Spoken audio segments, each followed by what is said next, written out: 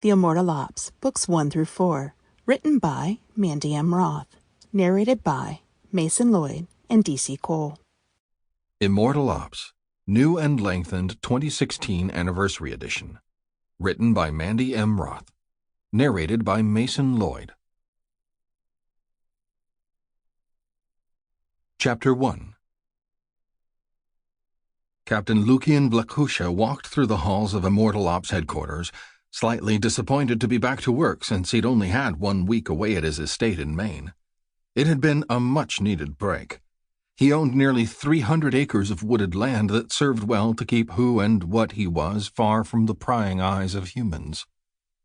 To keep him far from anyone being able to see what went on when he was home, how the woods seemed to burst at the seams with wolves whenever he was there, or how the howls of packs of wolves could be heard for miles as his followers gave in to the moon's pull and the need to run and feel the wind on their faces.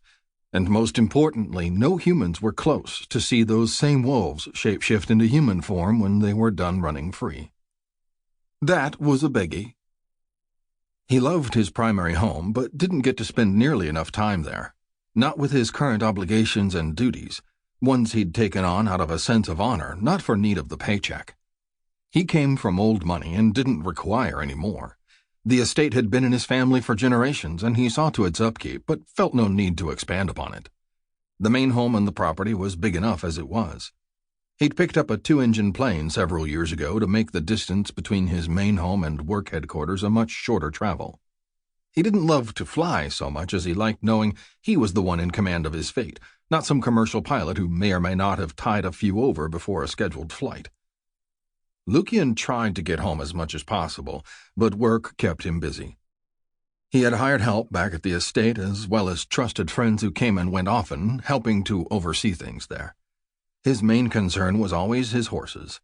The ironic part of it was, horses were notorious for being temperamental around supernaturals.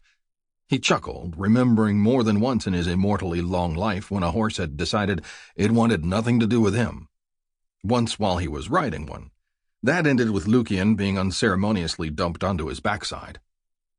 Even with their unpredictability around supernaturals, he kept horses at his estate because he'd always been drawn to them, and while it had taken a while for them to trust him, they'd found a rhythm that worked well for them. They understood he didn't see them as lunch, and he understood they weren't at the point they'd let him ride them. At least not yet. He chuckled as he thought of the horse he'd ironically named Gentle. It had bitten him several times already and had one hell of a temper. He couldn't blame the horse. It had been a rescue from an animal hoarder who had barely fed it and kept it locked up. Sample complete. Ready to continue?